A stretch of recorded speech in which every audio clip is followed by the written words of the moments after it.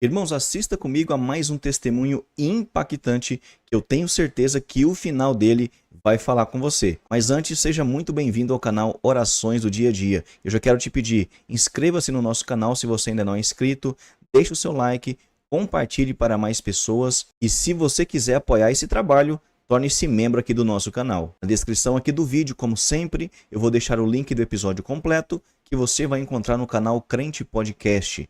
Então assista esse corte comigo e depois assista o episódio completo lá no canal Crente Podcast. Não saia daí, o final desse testemunho vai falar com você.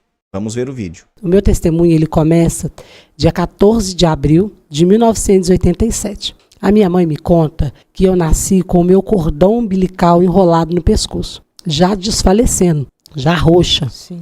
Então eu acredito que ali já era uma batalha espiritual, né? Para mim poder morrer naquele parto mesmo. Mas o inimigo já perdeu naquele dia mesmo, porque o Senhor marcou aquele dia para o meu nascimento. Eu sou a quinta filha. Quinta filha? Quinta filha de uma mãe solteira. Na verdade, nós somos 6. E aí, nesse período, a gente morava num conjunto habitacional, né? Na periferia de Belo Horizonte. E a gente passava todos os tipos de dificuldade que a irmã pode imaginar. Dificuldade psicológica, dificuldade financeira, dificuldade espiritual. Porque uma mulher sozinha, para dar conta de 6 crianças... É pesado, né? É bem difícil. Bem difícil. Bem difícil. E a minha mãe, ela é uma pessoa que sempre trabalhou fora. Então a gente via a minha mãe só domingo. De segunda a sábado a gente estava solto no mundo. Só nos domingos que a minha mãe estava em casa. Porque dia de semana ela trabalhava como empregada doméstica na casa das pessoas. Então, dia de domingo ela estava em casa. Naquele tempo, num período que eu tinha uns 9, 10 anos, eu tenho uma memória muito marcante da rejeição. Que foi uma coisa que marcou muito a minha vida ao longo prazo. Foi uma coisa assim, não foi um prazo curto, foi a longo prazo. Sim. Eu tinha uma inflamação no ouvido, nos 2 ouvidos, no esquerdo e no direito.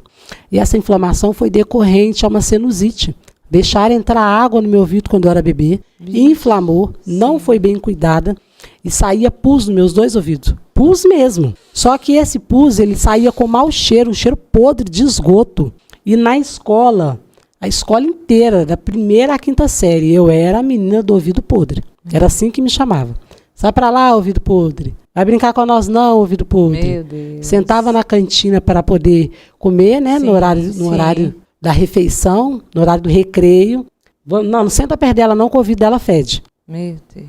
E aquilo me doía muito. Pensa na como que aquilo doía. Machucava a minha alma, feria. E aí eu comecei a colocar algodão para tampar, para segurar, né? Sim, sim. Mas às vezes escorria no decorrer da educação física, no sol, no decorrer ele escorria, parecia que derretia uma cera e dava até mosquitinho. Sim.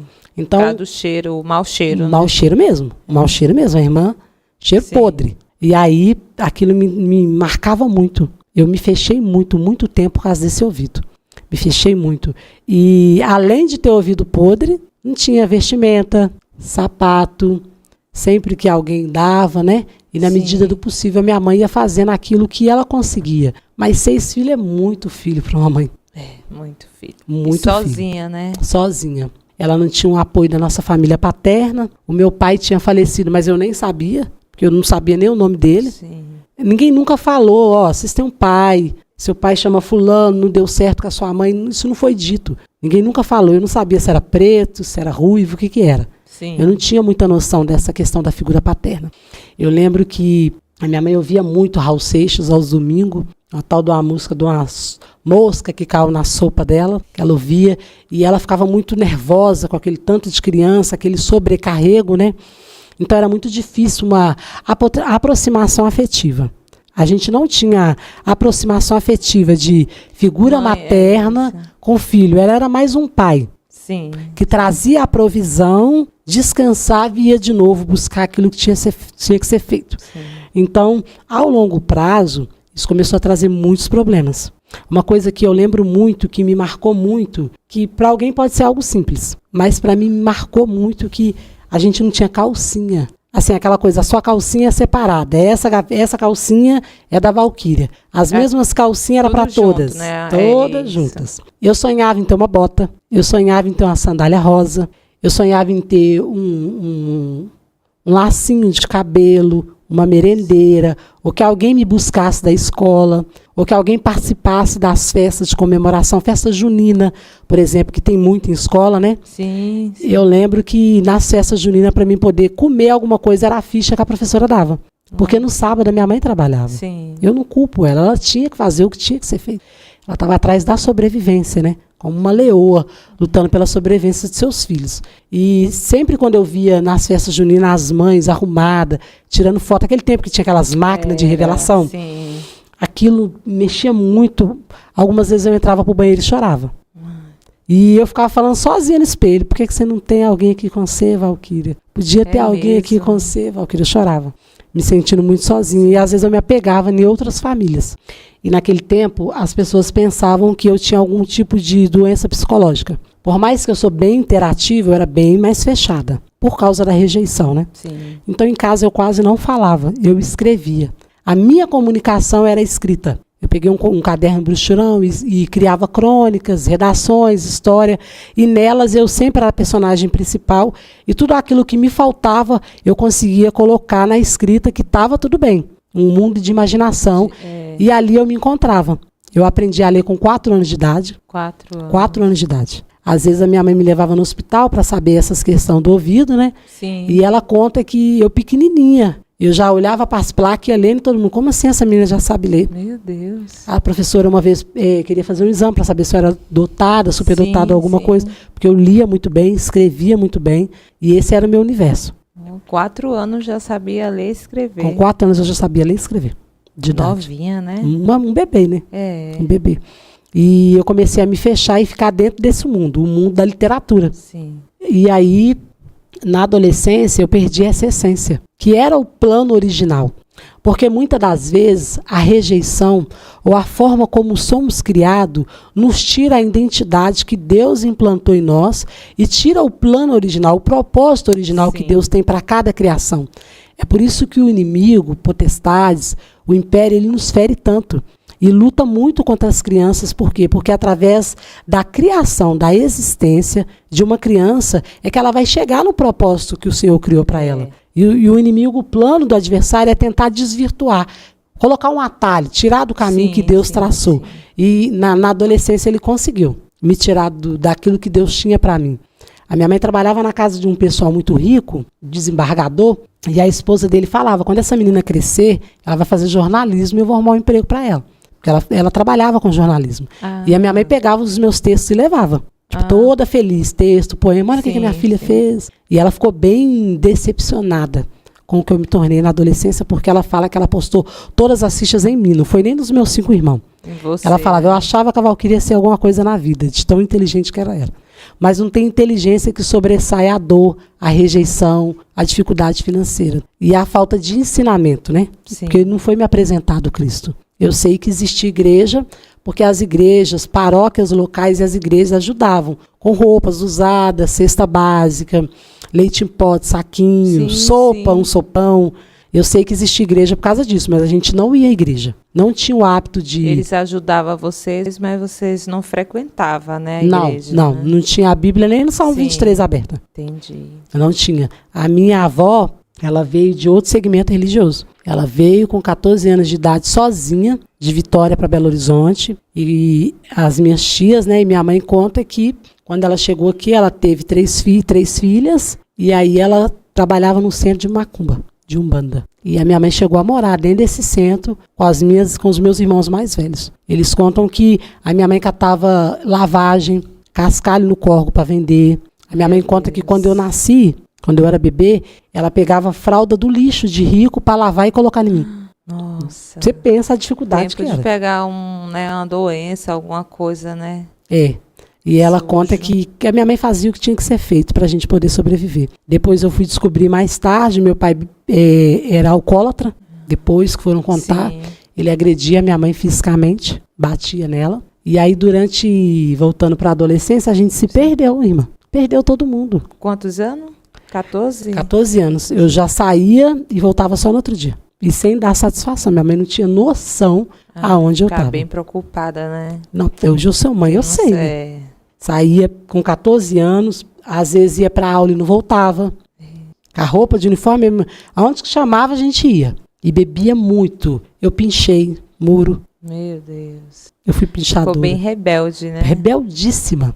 Só que Deus é tão fiel que a diretora da escola tinha um amor comigo, pelo fato de eu ter esse espírito de liderança, ser muito comunicativa, então as pessoas não desistiam de mim muito fácil. Elas pegavam as minhas guerras e tentavam de alguma forma. Eu fui para o conselho tutelar da cidade, fiquei briguenta, batia nas pessoas, nos coleguinhas da escola, eu pichava, matava a aula. Com 14 anos de idade eu bebia pinga. Eu não sei se fala pinga aqui em São Paulo. Fala, né? Alguns falam, né? Cachaça. Cachaça também, Cachaça. pinga, cachaça. Eu bebia cachaça com refrigerante, E... com 14 anos de idade. E ficava trilouca pela rua. E aí eu comecei a andar de skate, conheci o skate, comecei a andar de skate, depois conheci a cultura hip hop, comecei a ir pro hip hop, e através do hip hop eu descobri que eu tinha um dom, que é de rimar. Como eu já fazia poema, eu descobri que eu sabia rimar. Então, daquele mundinho de perto de casa, bebendo cachaça, na porta da escola, eu comecei a ir pro centro da cidade, pra boate, conhecer pessoas de longe. Maior, né? Vai avançando, né? A proporção vai ficando muito maior. E a proporção foi ficando muito maior. Então, eu pelo centro, uma outra irmã minha para outro lado, meu irmão para o outro lado. A minha irmã mais velha que não deu trabalho. Ela não deu trabalho para minha mãe, mas os outros todos deram. Sim. E foi bem difícil esse período para minha mãe. Quando eu descobri que eu tinha esse dom de rimar, foi muito rápido. Porque era um tempo que não tinha mulher na cultura hip hop. Hoje em dia tem, né? Hoje em dia tem. Mas lá em Belo Horizonte não tinha, eu fui a primeira. Nossa. Então, como eu fui a primeira, os acessos as portas se abriram e os meus acessos foram muito rápidos. Eu entrava em boate sem ser revistada, sem precisar de documento, até pela porta de trás. Acesso a camarim, a camarote. Mas aí o meu nome foi assoprado na cidade. Eu participava de roda de rima, batalha. Chama Batalha de Freestyle, de improviso. Sim. Acho que no Nordeste fala repente, né? Eu sei como que é. Então eu participava de batalha de rima, eu fui a primeira mulher. E aí eu bebia muito, mas bebia muito, de beber 14 copos de caipirinha numa noite. De subir no balcão da boate e ficar dançando em cima do balcão. Bêbada, né? Bêbada. Muito bêbada. Meu Jesus. E nessa época aí, quando eu comecei a ficar assim, eu já não voltava nem para casa no outro dia. Eu ficava 3, 4 dias na rua. Se eu saísse na sexta, eu só voltava na segunda. Meu Deus. No tempo que não tinha telefone, não tinha WhatsApp, não tinha. Minha mãe não sabia onde que eu estava. Para manter contato, né, com a família, com a mãe. Não tinha. Minha mãe não tinha noção de que eu estava. Estava viva, estava morta, o que aconteceu, ela não sabia. E nesse período, eu comecei a ficar bem depressiva. Você ficou depressiva? Fiquei depressiva. Porque faltava algo. Ainda tinha aquela lacuna na alma. Sim. Bebia, mas no vazio não era preenchido. Estava no meio de muitas pessoas, mas me sentia vazia. Um período que parecia que eu estava com a autoestima alta, né? Eu era uma jovem muito bonita, cabelo black power muito cacheado, cheguei a desfilar algumas vezes. Desfilei. Mas mesmo assim a autoestima era baixa, porque parece que tinha uma voz contrária que sempre dizia para mim ao ouvido podre. A menina eu cresci, mas a menina do ouvido podre me acompanhou. Aquela menina estava comigo ainda. Então aquela autoestima era mentira, aquele autocontrole era mentira, era tudo em vão. Dentro de mim ainda tinha aquela menina guardada, insegura, rejeitada, sem pai, com dificuldade. Com 17 anos de idade, eu participei da maior batalha de rima do Brasil, nível nacional. Eu não ganhei. Eu lembro que era uma batalha de rima de 2 marcas bem famosas, assim, sabe? Eu não ganhei. Quem ganhasse ia para o Rio de Janeiro, participar do nível nacional, com cantores grandes. Mas aí o representante da marca falou para mim, você não ganhou, mas você vai do mesmo jeito. A gente vai pagar sua hospedagem, vai pagar sua passagem. E era na Lapa, lá no Rio de Janeiro. Com 17 anos de idade, sem documento, eu fui para Lapa. Você foi? Eu fui. Fui para Lapa. Sozinha? Não, né? Com um grupo. Com um grupo. Um grupo mais louco que eu ainda. Meu Deus. Se eu era louco, imagina o grupo. O grupo usava muita droga, muita maconha, cocaína, haxixe. Você chegou a usar? Não. Não. Quando me ofereciam, eu fechava o olho e vinha o rosto da minha mãe. Eu conto isso para minhas meninas. Quando falava, vai fumar, Kira? Eles me chamavam de Kira. Eu fechava o olho, eu lembrava da minha mãe. Só me via a minha mãe. Eu falava, eu não posso fazer isso com a minha mãe. Eu acho que eu estou indo longe demais. Eu não posso fazer isso com a minha mãe. Então eu não aceitei. Não mexi com droga.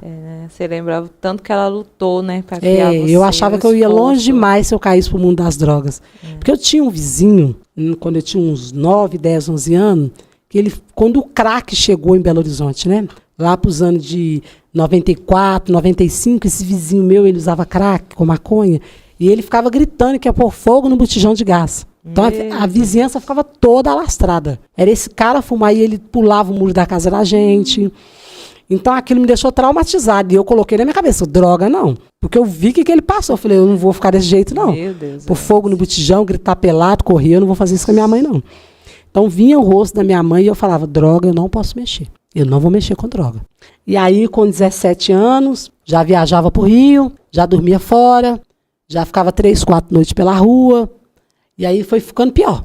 Porque o negócio vai ficando pior, né? Aquilo que bebia num dia, já bebia 2, 3 dias. Aí começou a beber mais, e beber mais, e beber mais. E comecei a beber muito, eu bebia muito, irmã. Mas eu bebia muito. Muito, muito, muito, de perder o controle da situação. Eu já dormi na rua, no chão. Eu nunca contei isso pra ninguém, agora todo mundo sabe. Agora sabe. Agora minha mãe sabe, todo mundo sabe. Eu já dormi na rua, bêbada. Meu Deus. Deitada no chão, de dia, não era nem de madrugada. E as pessoas passavam e via você lá. Deitada de tanta depressão, tristeza na alma. A depressão, ela me pegou. Mas eu continuava fingindo que estava tudo bem. Sim. Eu continuava fingindo que estava tudo bem. E nesse tempo, de muita bebida, de muita loucura, a altivez, ela vai caindo, né? Porque as coisas são assim, o inferno, o diabo, ele te coloca lá no pique. Você pode, você é capaz, você é a mina da rima, você é a top das galáxias, nas melhores boates. As melhores boates de Belo Horizonte eu entrar pela porta de trás, sem ser revistada, sem documento, sem nada. Teve uma vez que eu estava numa boate que teve batida do conselho tutelar e o próprio dono da boate me escondeu. Porque era tudo amigo meu. Sim. A minha figura tá lá, era legal, era importante. Nossa, a Kira tá aqui hoje. E me escondiam. Só que aí o mesmo império, o mesmo demônio que te coloca lá em cima, ele vai te fazer cair. E foi assim comigo. É isso que ele faz, né? É isso que ele fez comigo. Primeiro ele me colocou lá em cima, depois ele começou a me fazer cair. Quando eu comecei a cair, eu perdi uma irmã. Você perdeu? Com 4 tiros. A minha irmã foi assassinada. Sua irmã? Foi assassinada. Meu Deus. Dia 30 de abril, faz 18 anos que ela morreu assassinada. Com 4 tiros. Quantos anos? 18? 18 anos. 18 anos. Ela foi assassinada com 4 tiros e foi jogada no córrego.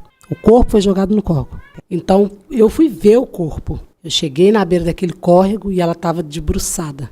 Aquela cena marcou minha vida. O que estava ruim ficou pior. Se já estava ruim para nós, ficou muito pior. Ela tomou 4 tiros. E ela deixou 2 crianças. Meu Deus. E uma das crianças, né, estava fazendo 1 aninho ainda. Então era bem dependente da mãe, né? Minha mãe ficou com depressão, eu entrei em depressão, as minhas irmãs entraram em depressão. Meu Deus. E foi um tempo de luto. Sua irmã era mais velha ou mais nova? A mais nova. Abaixo de mim.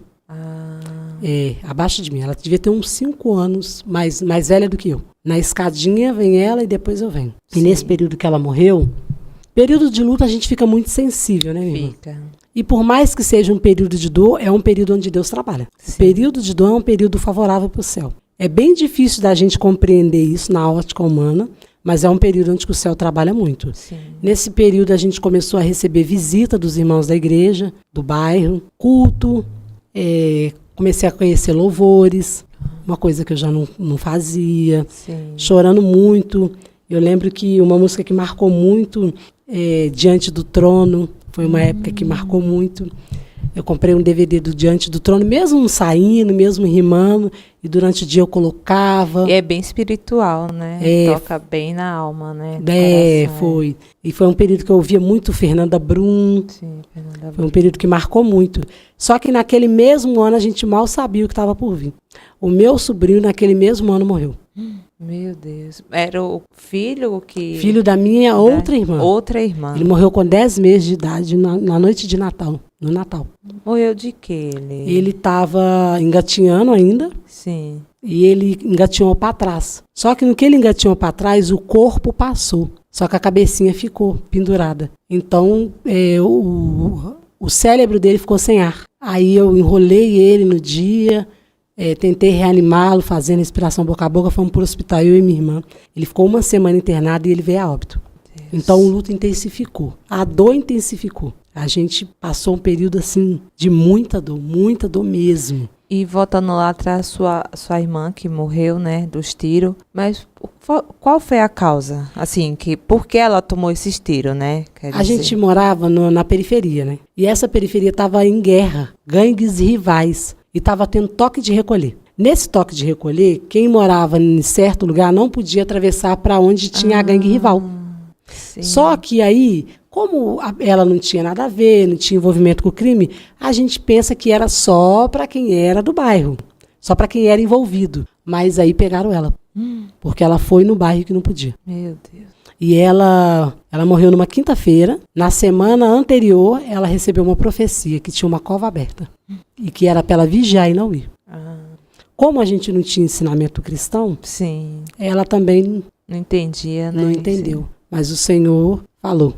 Quando ela faleceu, ela chegou a comentar. Na época eram as cunhadas dela que ela recebeu essa profecia. Só que ela não sei se ela não creu ou não sei se ela não teve discernimento, maturidade. Sim. Mas eu sei que aconteceu. E aí o luto intensificou com a morte do bebê. E aí eu bebia mais, a mãe do bebê bebeu mais, começou a mexer com droga pesada. E a minha mãe com depressão, a casa toda com depressão. Eu pesei 35 quilos. Bem magrinha. 35 quilos de tanta dor. Aí eu já não queria sair mais. Eu lembro que nesse período de luto da minha irmã, todos os dias, no horário que ela vinha da creche com as crianças, eu sentava em frente ao portão esperando ela subir a rua. E ela não vinha. E no outro dia eu sentava e ela não vinha. E aí eu comecei a perder a força de sair, a vontade de sair. E eu fui numa igreja pentecostal, dessa das irmãs do Manto, do Coque, do Neguébia. E aí, essa pastora, nesse período de luto, mesmo que eu bebia, que eu estava doida, ela veio do altar, enfiou o dedo na minha cara. Ela é uma pastora muito conhecida lá. E disse para mim assim: você vai ser pregadora do evangelho. Você vai pregar a palavra do Senhor, você vai ser uma missionária. E eu fiquei parada. Eu não entendi, não desacreditei, mas também não entendi. E guardei aquilo. Falei, então tá, né? A pastora falou, então tá bom. Não sei o que Deus vai fazer, mas tá bom.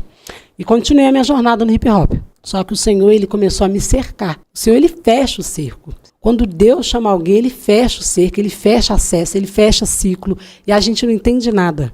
Eu fui num show de uma cantora famosa, que foi a minha amiga, mas essa altura ela estava famosa a nível nacional. E eu já cheguei nesse show bêbada de uísque. Eu fui no trajeto já bebendo muito, já cheguei trocando as pernas. E uma voz disse para mim assim: você até podia estar aqui, mas você poderia estar aqui pregando a palavra. Olha. Eu fui pro banheiro, eu olhei no espelho e aquela onda passou na hora. Acabou para mim. Eu só fiquei sentado esperando o pessoal acabar de fazer o que tinha que fazer para me pegar minha carona para ir embora. Você poderia estar aqui, mas você poderia estar aqui pregando para esses jovens. E aquilo me marcou, mas me marcou minha alma. Aí eu comecei a ficar mais temente. Porque quando o Senhor ele te cerca, ele começa a colocar temor. Sim. Além dele fechar os acessos, estreitar, ele começa a colocar o temor no seu coração. E aquilo me trouxe um temor que eu nunca tinha tido antes. Aí quando eu fui para um outro show, a convite de um DJ, a gente estava debaixo do camarote. A gente estava no camarote e em cima tinha um teto de drywall. O teto de drywall caiu. Quando o teto de... Mas drywall é muito fininho, então não machucou ninguém. Sim. Mas o Senhor não queria machucar, ele queria sinalizar. Opa, tô te vendo. Meu Deus. Quando o teto de drywall caiu, o Senhor falou para mim assim: aonde você for, eu te cerco, porque você é minha. Aí eu já sentei, as minhas amigas: que foi, querido? Nada não, pode ficar de boa, eu tô aqui. E já falei: eu nunca mais vou sair na minha vida. Eu nunca mais vou sair na minha vida. E eu nunca mais saí. Só que antes disso tudo acontecer, voltando um pouco, o Espírito Santo vai conduzindo, a gente vai lembrando, eu engravidei da minha filha. Eu engravidei com 21 anos.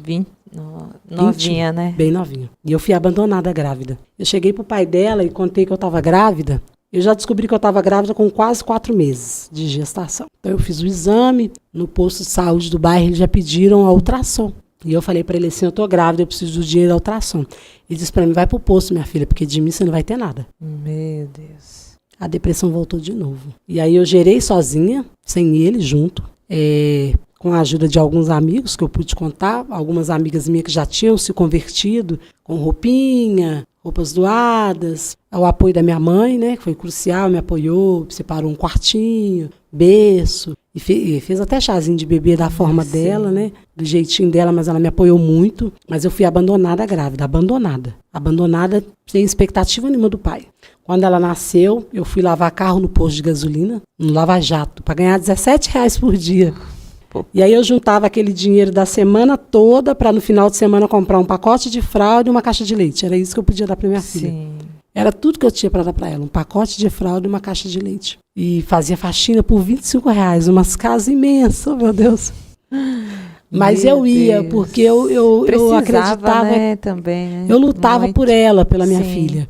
Quando eu comecei a lavar carro, foi um tempo que estava estourando o Lázaro, o cantor falecido. Ah, sim, sei. E eu ficava com os louvores dele o dia inteiro na minha mente.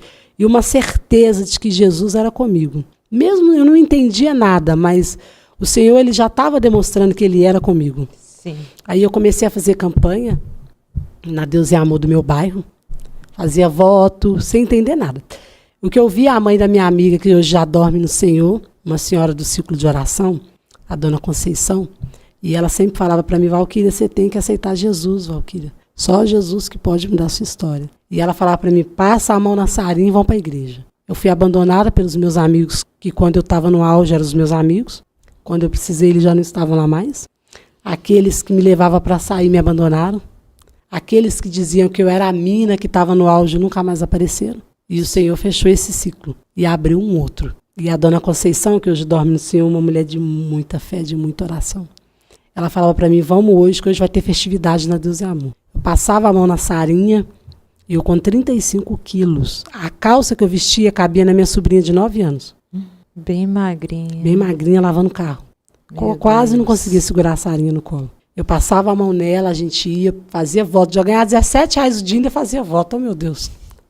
Deus fiel. Deus é fiel. Deus é lindo. E aí, a gente ia, eu cumpria os votos, não entendia muito, mas o meu coração começou a arder por uma mudança, por algo novo. E aí eu conheci o pai das minhas outras 2 filhas que eu tenho, que é a Flávia e a Ana Laura. Conheci o pai delas, o relacionamento foi muito conturbado, eu sofri a agressão física, fui agredida, eu tenho 18 queixas, Maria da Penha. Que ele batia muito em você. Muito, batia muito. Meu Deus. A questão da violência doméstica, ela tem um começo, né? Tem. Porque muitas mulheres ou muitas pessoas pensam que, larga esse cara, virou a expressão linguística, virou mulher de malandro, mas ela tem um começo. E o começo é sempre psicológico, vira uma prisão psicológica. É. E eu fui presa psicologicamente. Ele dizia para mim que eu era feia, que ninguém ia me querer se ele me largasse. Ele mandava eu trocar roupa, que aquela roupa era de mulher da vida, roupa normal, calça normal. Ele dizia para mim que eu não ria, que eu rinchava. Ele me lembrava do meu ouvido. Ele colocava você só para baixo. Só para baixo. E a questão da pessoa colocar para baixo é tão contraditório, minha irmã, que ao invés da pessoa desprender, ela se prende mais em quem põe para baixo. Gente, isso é uma coisa que vai entender a mente humana. Ao invés daquelas palavras que ele me dizia me desprender, me prendia mais nele, porque eu pensava que ele realmente era a única pessoa que me queria. É o que ele fazia você pensar, né? É o que ele fazia eu pensar. E a falta masculina, a falta da paternidade, me fez me prender naquele relacionamento. Muitas das vezes eu estava presa naquele relacionamento, não é que eu queria o homem, é a falta de uma presença masculina, de uma proteção. Sim. Porque a presença masculina ela traz uma proteção. Traz. E quando o diabo separa o pai e a mãe, tira esse plano original, ele está tirando a proteção do lar. Então eu já cresci num lar desprotegido da figura masculina. Então eu acreditava que quando ele me abraçava, eu me sentia protegida, mesmo que ele me bateu. Eu tive meu nariz quebrado de sangrar, o nariz fica quebrado. Meu Deus. Ele chegava bêbado, ele quebrou a lata de cerveja na minha cara. Eu grávida da Flávia, eu passei mal, fui pro hospital, ele me bateu dentro do hospital. A gente foi parar na delegacia grávida, eu era espancada grávida, gerando. Misericórdia. A polícia vinha, levava nós dois para a delegacia da mulher. Eu ia para a delegacia de mulher. Eu lembro que um domingo eu não tive dinheiro de passagem para voltar do centro da cidade da minha casa. Um coquinho, um chinelinho de dedo. As minhas meninas ficou com as minhas irmãs e eu na delegacia de mulher. Eu pedi carona no motorista, falei, motorista, eu fui agredida, eu apanhei, eu preciso voltar para casa. O senhor me dá uma carona até a estação? E aí assim, ele me levou até a estação. Então eu não conseguia desprender daquele relacionamento. Porque eu acreditava que ele era a figura que um dia ele ia me amar, um dia ele ia me enxergar. Sim. O meu valor. Mas isso não acontecia. E a sua mãe sabia? Sabia. Sabia. Eu acho que foi bem vergonhoso para ela. Bem triste, pelo fato dela também ter vindo de um relacionamento abusivo. Né? De um relacionamento abusivo. E parece que o ciclo se repetiu. E sozinha eu não tinha força. Sim. Sozinha eu não tinha força. A essa altura já não tinha, minhas amigas já não podiam mais se aproximar, porque todas as minhas amigas que se aproximavam, ele apontava um defeito, para que aquela pessoa se distanciasse de mim. Ele queria que só você dependesse dele. De todas as formas, né? E ele roubava minhas coisas. Eu trabalhava de faxina para cuidar das meninas. Ele roubou meu celular, me batia muito. E soco na cara, ele empurrou de uma escada de 32 degraus. Quando chegou lá embaixo, ele continuou batendo. Soco, chute. Era esse nível. Meu Deus. E eu chorava muito. Mas eu era aquela mãe leoa. Eu chorava, na segunda eu levantava e ia trabalhar. Vinha com a provisão. Só que aí eu comecei a conhecer Jesus. E é impossível você conhecer Jesus e algo não acontecer. Sim. A Sara, hoje ela tem 16 anos. Ela estava dormindo, ela acordou de madrugada e disse, o homem de fogo entrou aqui. Sorrindo, alegre, com o coração queimando. E a gente estava visitando a igreja. A minha irmã, ela abriu um ponto de pregação na garagem da minha casa. Ela converteu primeiro que eu, e ela abriu um ponto de pregação na garagem lá de casa, assim, na fé e na coragem. E esse ponto de pregação começou a dar muito certo. E aí eu comecei a visitar, dia de sábado, eu ia para o ponto de pregação dela, recebia profecias, meu coração era alimentado, cheio da palavra, e eu guardava aquelas palavras de fé e procurava colocar em prática. E a Sara, um dia, ela acordou e falou, mãe, o homem de fogo entrou aqui, mãe, ele é lindo. E depois disso a minha vida mudou, depois que esse homem de fogo entrou. Que a Sara viu esse homem de fogo.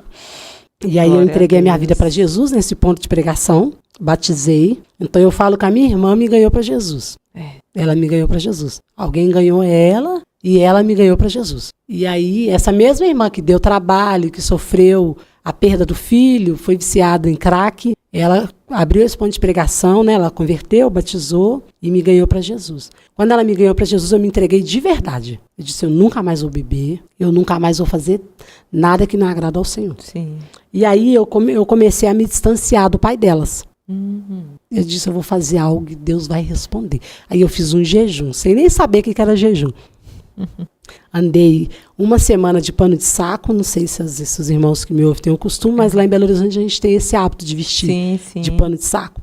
Eu mandei fazer um pano de saco para mim e fiquei uma semana andando descalço, irmã. Descalço de tudo. Eu ia pro trabalho descalço, voltava descalço. O asfalto, o sol de 40 graus e eu lá descalço de pano de saco, aquela crente mesmo. Aí, quando terminou esse jejum, Deus tirou ele. Da sua vida. Tirou com tudo. Não ficou dor, não ficou saudade, não ficou nada. E Deus não permitiu nem dele vir para ameaçar, para agredir, para nada. Pensa que Deus... Porque Deus, quando ele tira com a raiz. Sim. E as pessoas sempre me perguntam, Valquíria, como que eu vou saber que é de Deus? O que vem de Deus traz paz. Não tem sombra de dúvida. Então eu consegui dormir tranquilo, eu não tinha medo mais, pânico dele invadir minha casa me batendo, porque diversas vezes ele já invadiu a casa me batendo. Ele invadia. Mas você não morava junto? Então, morava junto. No lote da minha mãe, tipo a Vila do Chaves lá no lote. Todo mundo, ele vinha da rua, entrava. Vinha da rua bêbado, entrava, eu dormindo, cansada, Deus. E tomava soco, bicudo, com o menino no colo, não interessava.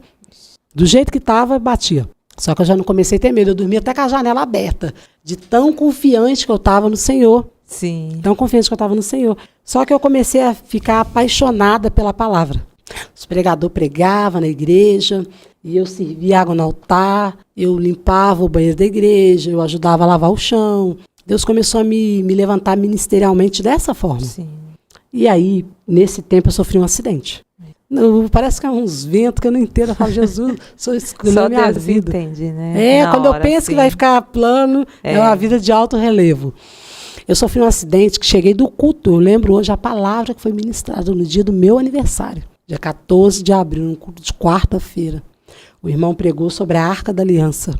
Quando eu cheguei do culto, eu caí na área de tanque da minha mãe e eu perdi 3 dentes em cima, um embaixo, e eu quebrei todo o meu maxilar.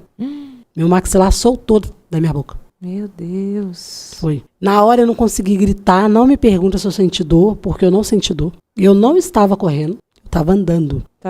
Quando eu bati, o maxilar veio parar aqui em cima. Não deu para fazer raio-x no hospital, não deu para fazer. Eu cheguei na porta da minha mãe, com a minha boca tendo hemorragia. Mãe, socorro, pelo amor de Deus, me leva para o hospital. Eu perdi meus dentes. Chamaram as vizinhas para me levar para o hospital. Sim.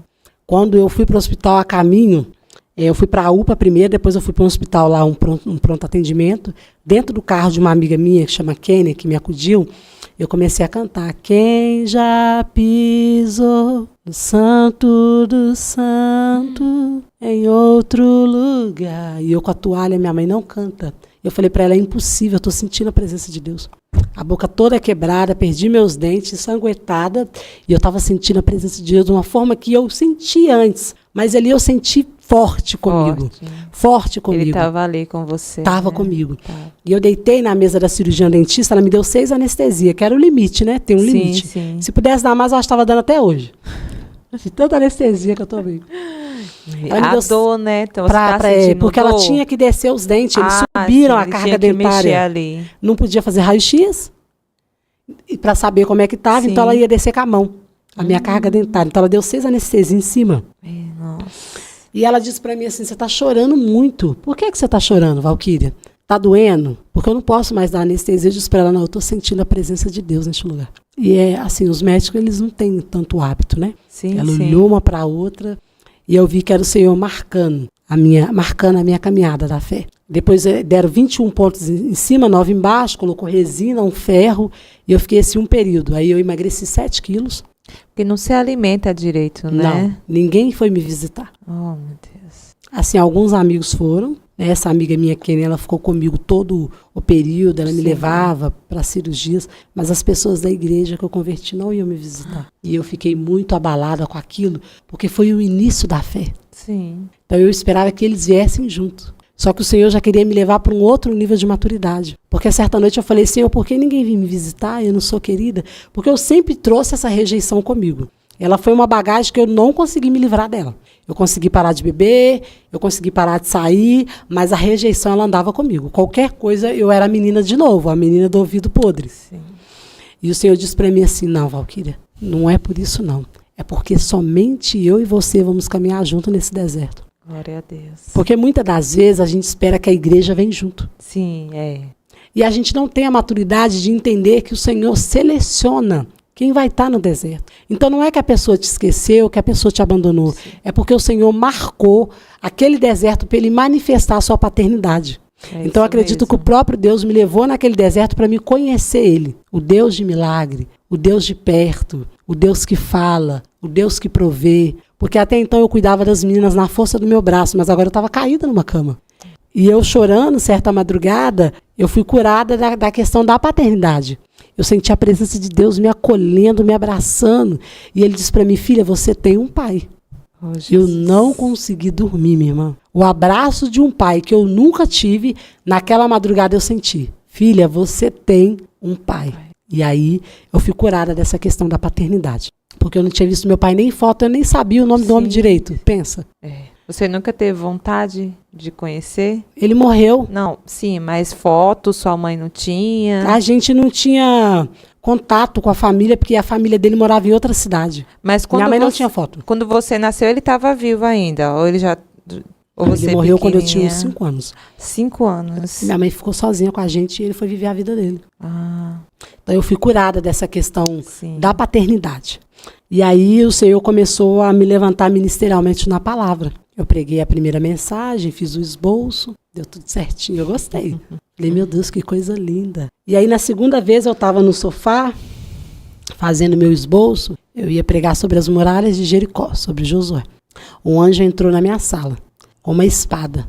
Eu me lembro que a espada, ela cortava, ela era prateada e ela tinha 2 cortes. Ela cortava para os 2 lados. Não era uma espada que cortava só para um lado. Sim, sim. E ela era prateada, muito bonita. Ele colocou ela dentro da minha cabeça e foi embora. Eu me lembro, eu não dormi. Igual eu tô te vendo. Meu Deus. Ele introduziu. Espiritual, né? Foi muito espiritual. Bem O começo forte. da caminhada foi de muitas visões. Sim. Foi de muitas visões. Quando eu caí, a pastora me ligou e falou para mim, Valquíria, Ezequiel 10 sobre a sua vida. Eu guardei. Depois comecei a ministrar, só que eu fiquei com vergonha de estar sem dente. Porque eu uso uma prótese, eu não tinha essa prótese. Sim. Eu fiquei sem os dentes e sem a prótese. Primeiro eu comecei a pregar de máscara, com vergonha. Depois eu comecei a questionar chorando. Só que um dia o Senhor falou para mim em cima do altar, lá no Rio de Janeiro. Eu fui pregar lá no Morro do Batã, no Rio de Janeiro. Ele disse para mim, você carrega em seu corpo as marcas de uma chamada. Não se envergonhe delas. Você foi marcada. Jesus.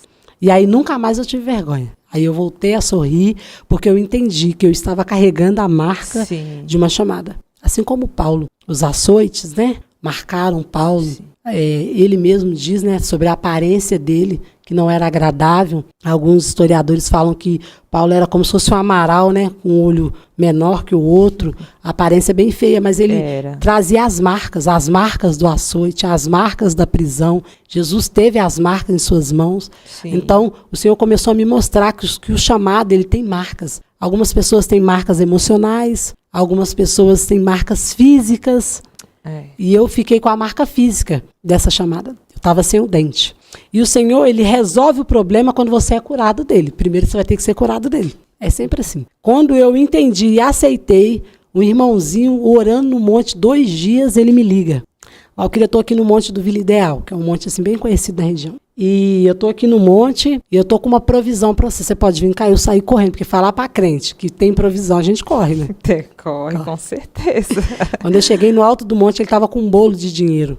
E ele falou para mim assim, eu estou há 2 dias orando no alto do monte nesse dinheiro. Deus falou para mim assim, entrega para minha serva, que é para ela tratar e colocar a prótese dela. Olha, como Deus é bom. Deus é fiel, porque eu tinha sido mandada embora do emprego. Eu estava com 3 filhas abandonadas sozinha, sem a figura paterna deles, sem a ajuda de ninguém. Era eu e elas contra o mundo, trabalhando dia e noite, cuidando delas, pagando escolar, alimentando elas. Então eu estava igual a minha mãe no começo, o pai e a mãe. E aí eu não tinha dinheiro para tratar dos meus dentes. Deus enviou essa provisão através da vida desse irmão.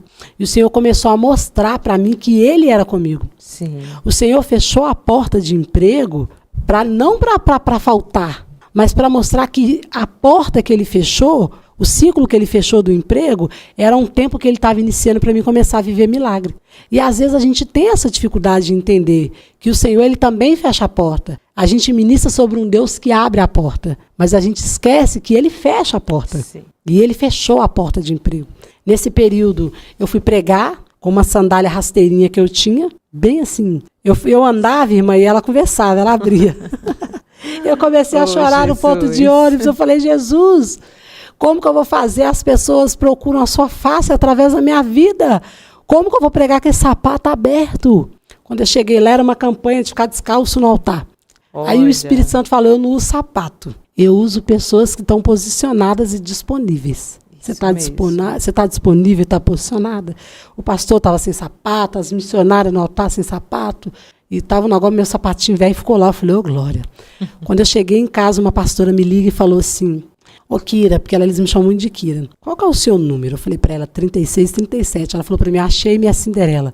Naquela noite que eu sonhei, que eu chorei, porque eu não tinha sapato, eu ganhei 11 pares de sapato na caixa. Oh, meu Deus. Deus 11. É bem. Oh, glória a Deus. Deus, ele é muito fiel. Ele não deixa faltar. Eu ganhei 11 pares de sapato na caixa. Foi umas coisas que Deus foi usando no começo para mostrar para mim que ele era comigo. Sim. E aí eu desempregada com as crianças, eu estava vendendo doce em ônibus, igual esses baleiros. Eu sei. Eu pegava a caixa de doce, vendia, e a cada 60 doces que eu vendia, eu ganhava R$17.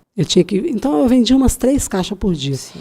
Eu ia no ônibus, ia no centro da cidade, ia na porta das escolas, vendia doce de dia e ministrava à noite. E vendia os docinhos para cuidar das meninas. Sem vergonha nenhuma, bem tranquila em relação a isso. E quando eu vendia doce, eu fui ministrar certa vez, a irmã saiu da igreja, foi na casa dela, perto da igreja, pegou uma quantia de dinheiro enquanto eu pregava e Deus falou, fala para ela que é para a vida dela. E lá em casa não tinha nem arroz, e a irmã não sabia.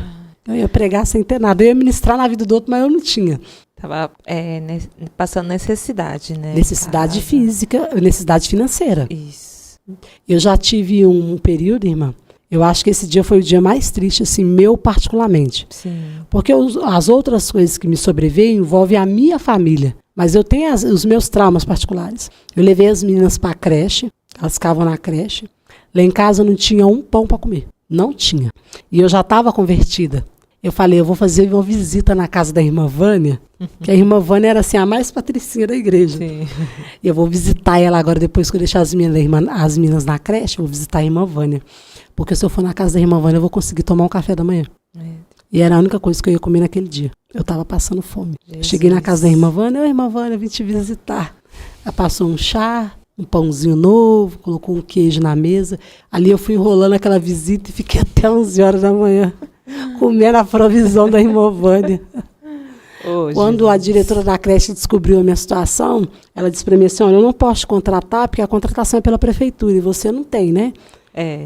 Pedagogia nem nada, mas eu posso te deixar aqui. Você pode ajudar, você pode ficar aqui, que você come. E eu vou fazer a vasilhinha todo dia de noite para você jantar. Você quer?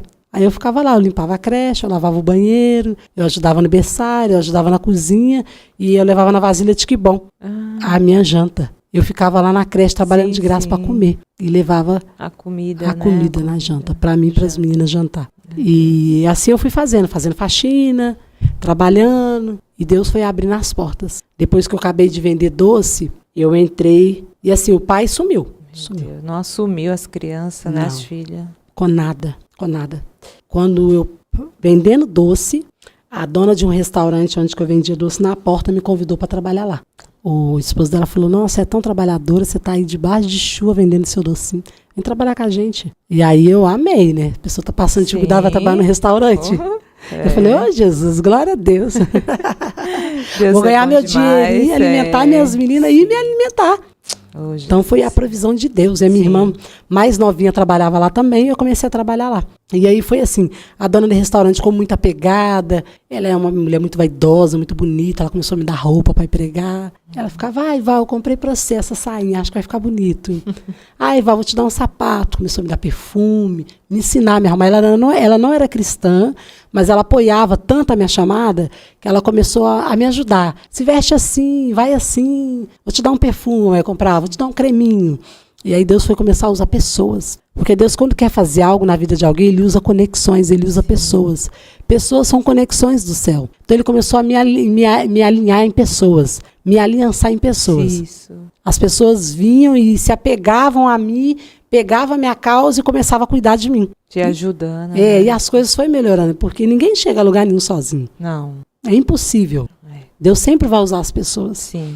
E Deus usava muito essa patroa minha. Muito, muito. Eu precisava viajar, ela me dava folga. Eu vou pregar em tal lugar. Ela, pode faltar. Eu precisava faltar, ela mandava marmita para minhas meninas quando as minhas estavam em casa. Meu Deus. Por exemplo, em outra hora a gente não tinha, agora na marmita, com carninha assada, saladinha separada. Então Deus, Ele foi cuidando, foi cuidando. E o ministério foi desenvolvendo. Sim. E a proporção foi aumentando. E aí eu passei para a Assembleia de Deus. Quando eu cheguei na Assembleia de Deus, eu não queria ficar lá. De jeito nenhum. Porque as irmãs eram muito femininas. Muito bonitas, muito arrumadas. Uma senhora de quase 100 anos de salto alto. Aqueles cabelão, aquelas coisas mais lindas, cheirosas. E eu, como eu vim de um lar, né? Onde eu não tinha esse ensinamento de salto, de me cuidar, de fazer uma unha. Eu chego numa igreja dessa e falei, Jesus, mas eu não vou ficar aqui não. E o Senhor falou para mim assim, toda promessa tem o seu ponto de partida. E aqui é o ponto de partida da sua promessa. Você vai ficar. Eita, glória. Você vai ficar. Jesus. Você vai ter que ficar. E eu vi aquelas irmãs lindas nos cultos de domingo, e eu com as menininhas sem pai. Eu sentava no ciclo de oração, e eu com aquelas menininhas sem pai, só eu e elas, sem roupa direito para ir pro culto, né? Porque por mais que tinha, ainda não era. Já tinha para vestir, mas não tinha. Eu via as meninas olhando para as outras menininhas com aquele olhar de inferioridade, as meninas com aqueles vestidos lindos, com aquela sandália, e as minhas meninas sempre olhando assim, eu via. E aquilo me doía muito. Eu já vi pessoas olhando pra gente assim com um olhar de inferioridade. Sim, sim. E aquilo me doía muito, mas o Senhor, ele nos coloca resistente. Quando o Senhor chama alguém, ele nos coloca resistente às situações. E aí um dia o Espírito Santo falou comigo, você já viu gente morrendo? Você já passou fome, você vai desistir agora? Não acredito. Eu te forjei no fogo, minha filha. Coisa pior você passa. Você já passou, agora você fica. Sim. E lá na Assembleia de Deus eu fui curada das emoções, né? As irmãs do ciclo de oração me adotaram como filha. Como filha. Como filha. Olha. Começaram a se importar, a abraçar. Sim. Eu tinha muita carência na questão afetiva. Então, às vezes eu poderia ter R$1.000 na conta, mas não faltava algo. Então, aquela coisa de abraçar. Sim. Às vezes a pessoa abraça alguém, ela não sabe como ela está sendo instrumento de Deus na vida da outra pessoa. Um abraço cura. Cura, Então, todas sim, as vezes que eu sim. chegava no culto, eu era abraçada, eu era curada. Eu falava, gente, eu tô cheirosa. Porque se lá na escola ninguém chegava perto, porque o meu ouvido fedia, eles estão me abraçando, eu tô curada. Curada emocionalmente do ouvido e não precisou de remédio nem nada. Meu ouvido sarou sozinho. Sarou sozinho o seu Sarou. ouvido? Sarou sozinho. Não tomou nenhum medicamento, nada? Não, sarou. Não Nossa. pulsa mais. Eu deito pra esquerda, deito pra direita, não sai Olha, mais não. nada. É, Deus Jesus trabalhou e curou, Trabalhou. né? E aí as irmãs começaram a me abraçar, me ensinar a vestir, a me comportar como uma mulher, a me submeter à autoridade, porque uma menina que cresceu sem pai, sem a figura paterna, se comportar e se submeter, e teve a figura masculina que devia me proteger, me abandonou, Sim, sim. e que devia me proteger, me agrediu, como que eu ia me submeter a um pastor que era homem? Ai, Jesus. Como me submeter a uma figura masculina se a ideia da figura masculina que eu trazia era que batia, era que agredia, era que abandonava, era que maltratava? Então eu criei uma resistência com o meu pastor. Eu criei, ele nunca criou. Eu nunca me aproximei dele. Ele tentava e eu corria dele. Corria dele. Ele vinha, irmã Valquíria, eu corria da figura masculina. De tanto medo que eu tinha da figura homem. De trauma, né? Trauma Você de homem. trouxe lá de trás. Trauma de homem. De homem, né? Trauma de homem. Só que um dia na escola bíblica dominical da minha igreja, tinha um cartaz com papai, mamãe e filhinha. E estava escrito, traga a sua família para a escola bíblica dominical. O Espírito Santo fixou meus olhos naquele cartaz e eu falei, eu não tenho família. É eu e as meninas. Porque se não tem o pai, a família não está completa. Eu entendi que tinha alguma coisa de errado. E naquele dia eu orei e falei, Senhor, mesmo que doa, cura minhas emoções, cura meus sentimentos. Eu sei que em outra hora eu disse que eu nunca mais abriria meu coração para ninguém de novo, mas agora eu quero. Eu quero alguém que cuida de mim. Eu quero alguém para me amar, eu quero viver o que essas irmãs vivem, essa alegria que essas crianças têm de ter um pai, de participar de uma festa do Dia dos Pais, eu quero trazer isso para minha casa. Então eu comecei a orar totalmente diferente, as coisas inverteram. Antes eu falava que não queria, agora eu estou orando querendo, porque é o sinal que eu fui curada. Sim. Eu fui curada. E eu comecei a orar e as irmãs do ciclo de oração tomaram a causa. Nós vamos casar você, vó, que nós vamos casar você. Eita. Falei, eita, glória, quando as irmãs tomam a Eita, causa, é glória. milagre na certa. Eu falei, Jesus, mas ninguém não me chama nem pelo WhatsApp pra me dar nem um oi. Eu tô encalhada, Ai, Jesus. Jesus. Só que não tem causa que seja impossível pro Senhor. Nenhuma, é. Porque eu pensava assim, uma mulher pobre, com 3 crianças, toda traumatizada, quem vai querer casar comigo? Seu pensamento, né? No meu Era pensamento, assim. né? Mas o Senhor já tinha preparado. Sim. E aí as irmãs, nós vamos orar, nós vamos casar, a irmã Valquíria. E quando tinha congresso, sempre o pregador vinha com profecia pro meu lado e virava aquele alvoroço no ciclo de oração, irmã Valquíria. A profecia não tinha nada a ver com o casamento, mas para elas tudo voltava para Sim. isso. Nós vamos te casar, nós vamos te casar, nós vamos te casar. E aquela coisa toda, a esposa do meu pastor, nós vamos te casar, Val, nós vamos te casar. E eles me acolheram assim como família mesmo. E eu falei, meu Deus, que coisa linda, eu tenho uma família. Meu Não Deus, que eu não tinha, né? Sim, Mas eu falo uma família espiritual. sim. A minha mãe sempre me acolheu como mãe, me apoiou da forma que ela conseguiu, ela teve ali, batendo de frente com o pai das meninas, ajudando, mas ela ficou com os filhos da minha irmã que morreu. Então ela criou 6 dela com o da minha irmã que morreu. Então ela já estava cansada, então eu Sim. preocupava mais em fazer as minhas coisas que levar mais problema para ela. E aí, e ela falando que ia me casar, eu comecei a receber profecia no monte.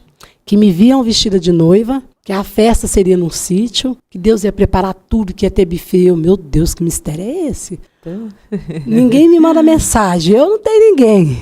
Tô pobre de maré desci. Como é que vai ter até festa? Ah, mas Deus, ele sabe de tudo, né? Que coisa linda, né, irmã? Deus, quando ele faz. E no meio de tudo isso, eu fui num culto, o irmão disse para mim assim, você pode sentir o peso da aliança nas suas mãos, porque o Senhor vai trazer o seu esposo. E quando Deus entrega uma profecia, eu não sei se já aconteceu com a irmã, a imaginação da gente começa a trabalhar. Trabalha mesmo. A imaginação. A gente começa a criar na nossa imaginação o ideal cenário, daquilo. Né, O que é ideal dentro daquilo que Deus disse. Isso. Como eu já estava pregando, eu pensei, vai ser um pregador. Eu prego, o cara vai pregar, a gente vai pregar, vamos viajar o mundo. A gente já pensa assim, né? Sim, Cria, a imaginação é assim. E eu comecei a imaginar como seria, quem seria, como seria.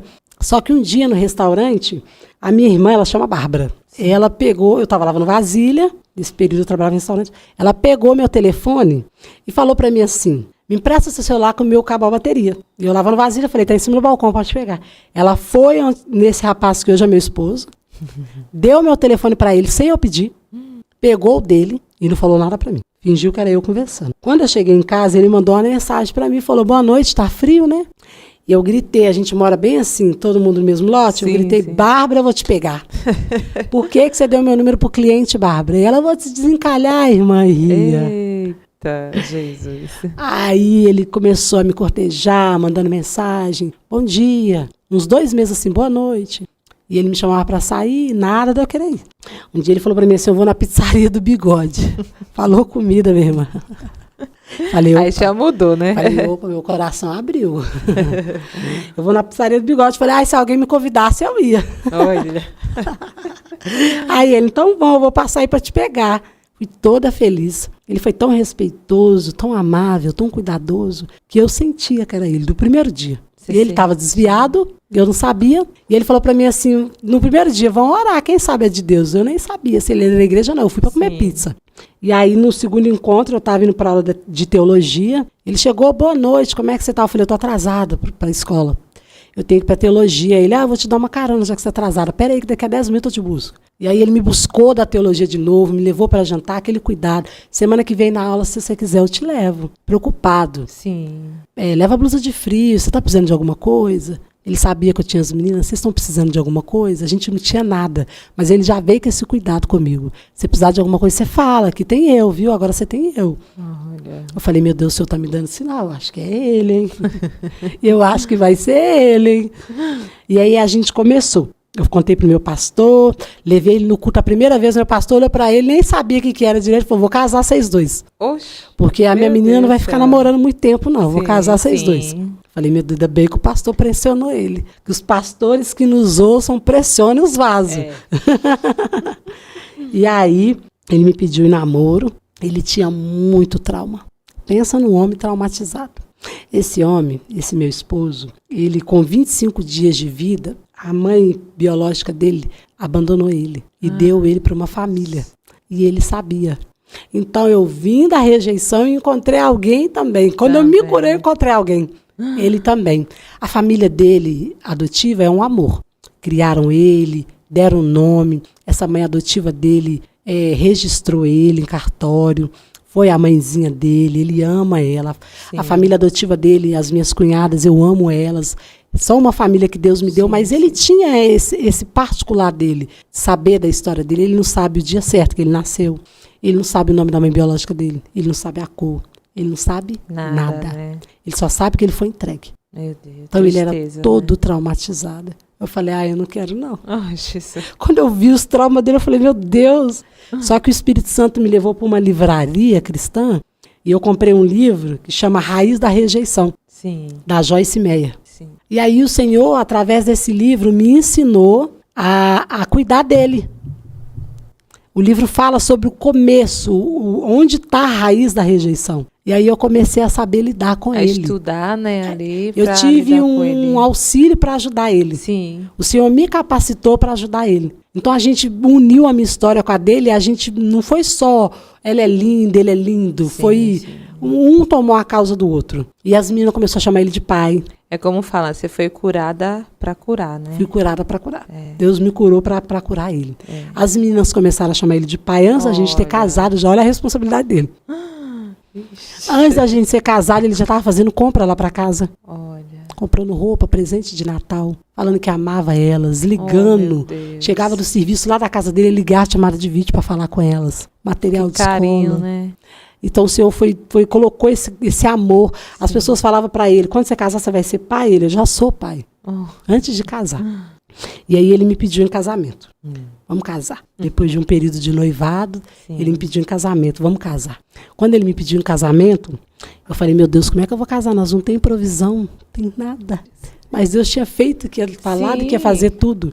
Aí eu comentei com uma das minhas coordenadoras do ciclo de oração, a irmã Marlúcia, uma das minhas líderes, e falei, olha, eu vou casar só no civil.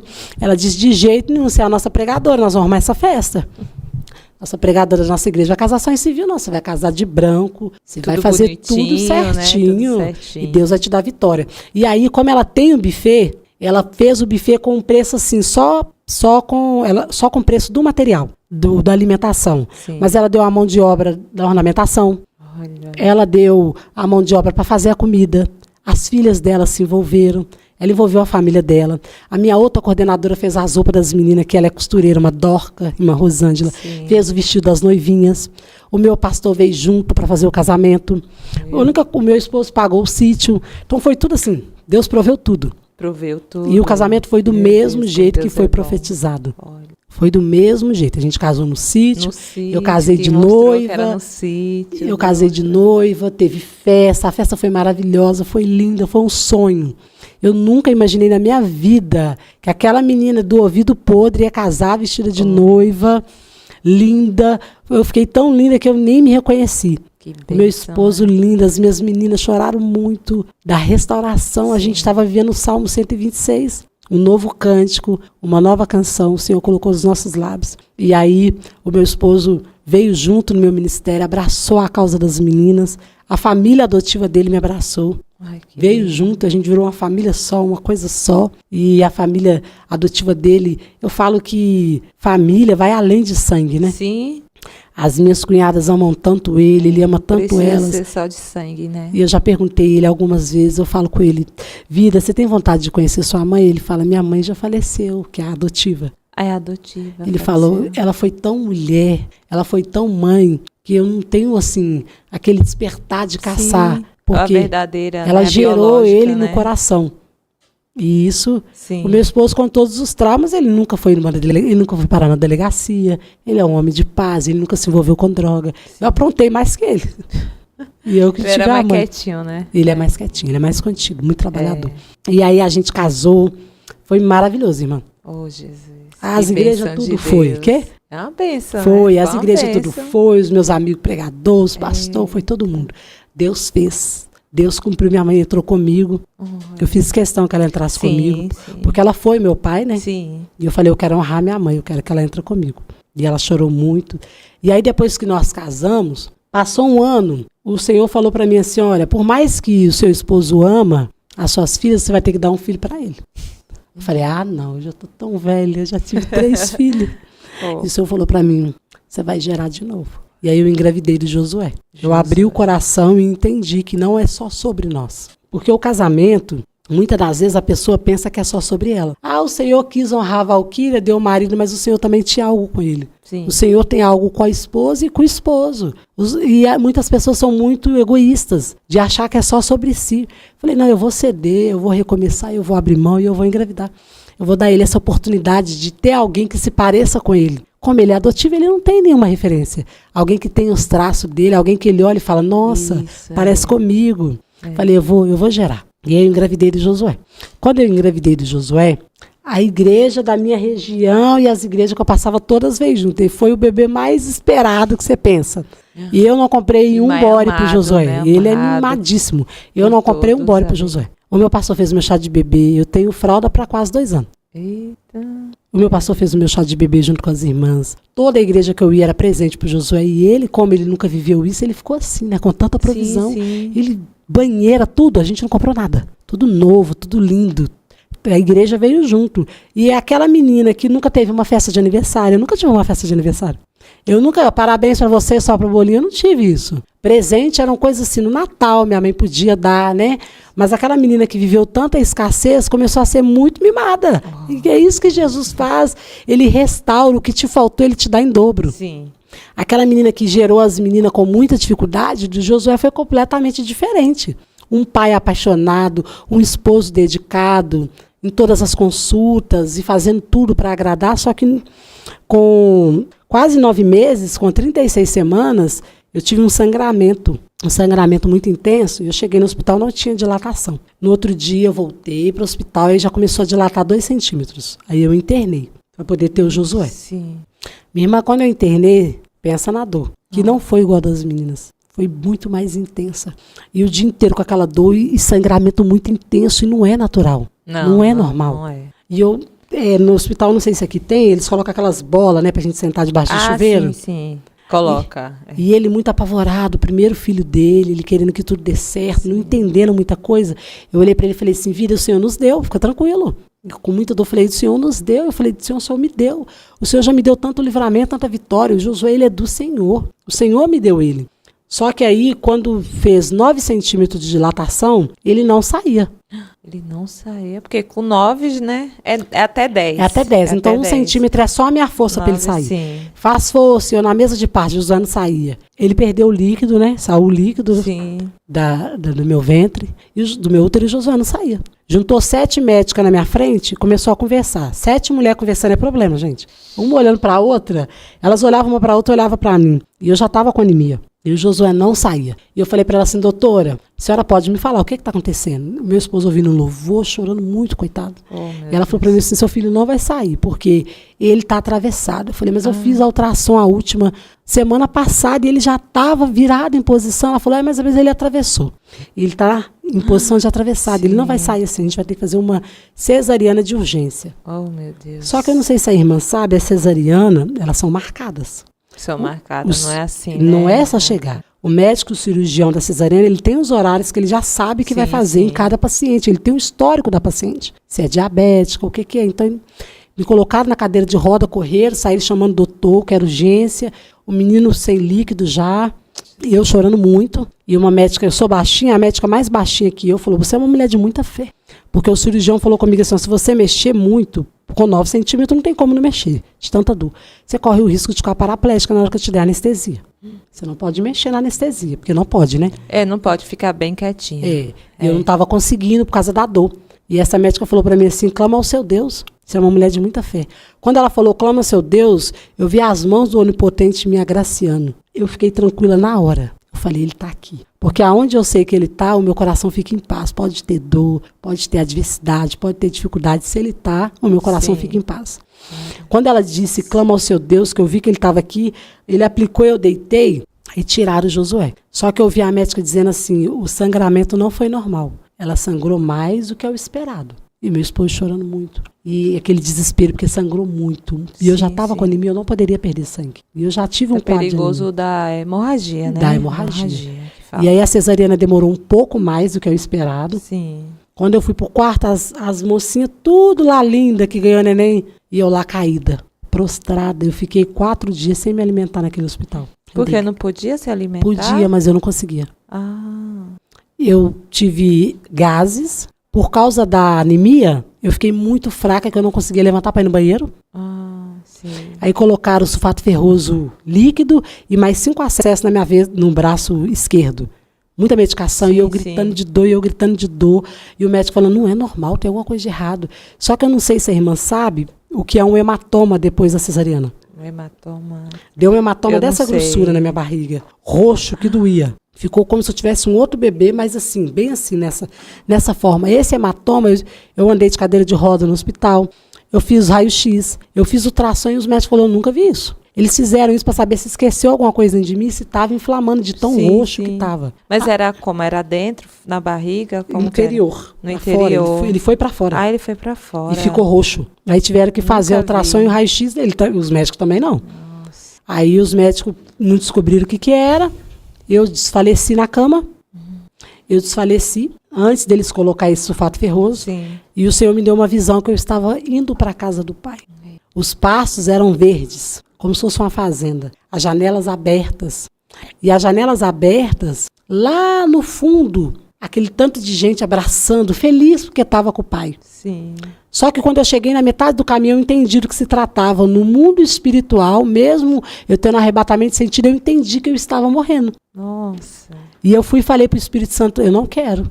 A obra na minha vida não concluiu. Eu comecei a falar com o Espírito Santo nessa visão. O filho que o Senhor me deu para cuidar, eu preciso cuidar. O esposo que o Senhor me deu, eu preciso cuidar daquela casa, eu preciso cuidar das minhas filhas. O meu ministério não concluiu, eu quero voltar, eu não quero ir agora. E aí eu parei de caminhar quando eu comecei a falar para o Espírito Santo, a obra não concluiu. É a palavra que eu falava mais. A obra não concluiu, eu preciso cuidar da minha casa. Quando isso aconteceu, eu voltei, estavam colocando um acesso na minha veia. Com os fatos ferrosos, as minhas mãos eram de quem já tinha morrido há mais de 2 dias. Branca, né? A minha coordenadora do ciclo de oração estava lá chorando em cima de mim. O meu esposo da cama chorando com o menino no colo. As mulheres do quarto tudo assustadas. E eu voltei. Eu abri o olho e falei, ai, graças a Deus. Mesmo que eu tô capengando, eu tô aqui.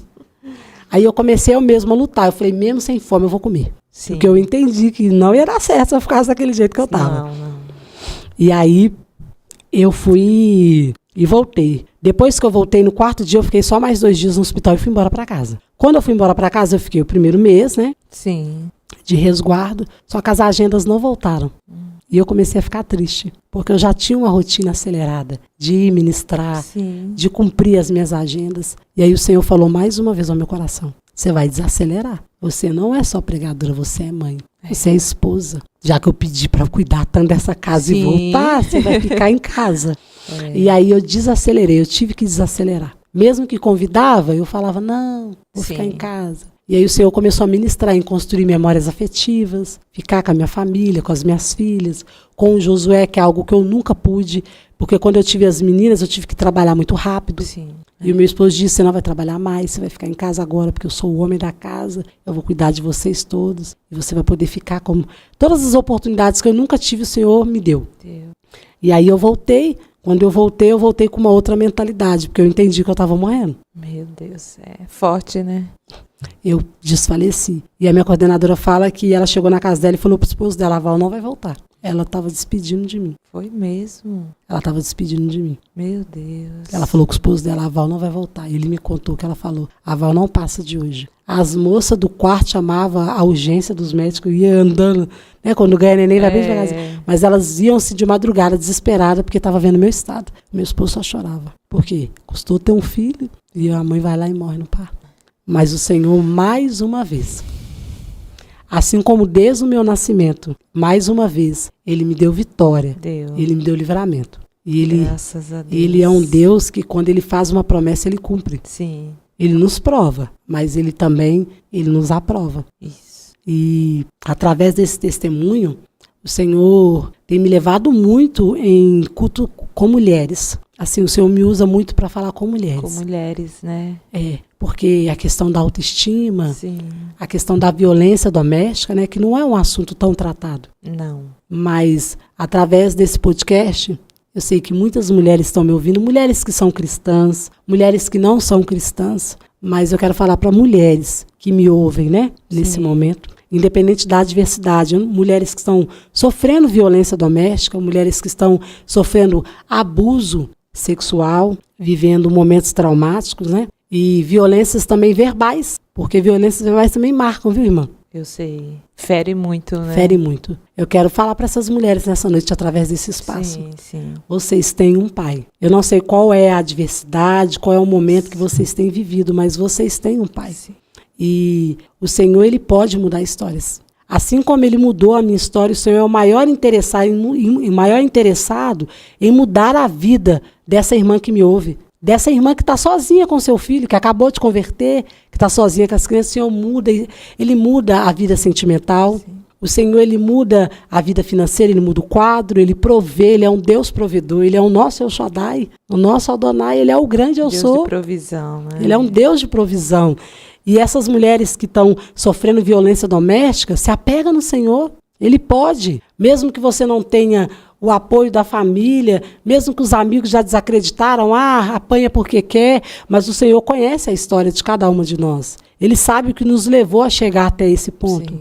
E eu acredito que assim como o Senhor mudou a minha história, essa mulher que está me ouvindo, se ela entregar a sua vida para o Senhor, Ele vai. Ele vai fazer de novo. Porque aquela menina que na infância era conhecida como a menina do ouvido podre, na adolescência, a menina que bebia, desobediente, rebelde, que pinchava, andava no meio dos drogados, que quando se tornou mãe foi abandonada aos 21 anos, depois foi espancada com 18 queixas Maria da Penha. Depois a mulher que era conhecida como a guerreira que cria as filhas sozinha, hoje é reconhecida como uma esposa, mãe, serva do Senhor. Não importa como essa história começou. A Bíblia fala que é melhor o fim das coisas do que o começo delas. Sim. E eu acredito que o Senhor ainda tem muito mais. Tem. Não só sobre a minha vida, mas sobre a vida daqueles que são fiel, que obedecem à sua palavra. Sim. E esse é o meu testemunho. Glória a Deus. Esse é o testemunho que Deus me deu. Testemunho muito forte, né? Verdade. É uma história de vida, assim, É uma história né? de vida. E você foi curada, né? Eu fui curada.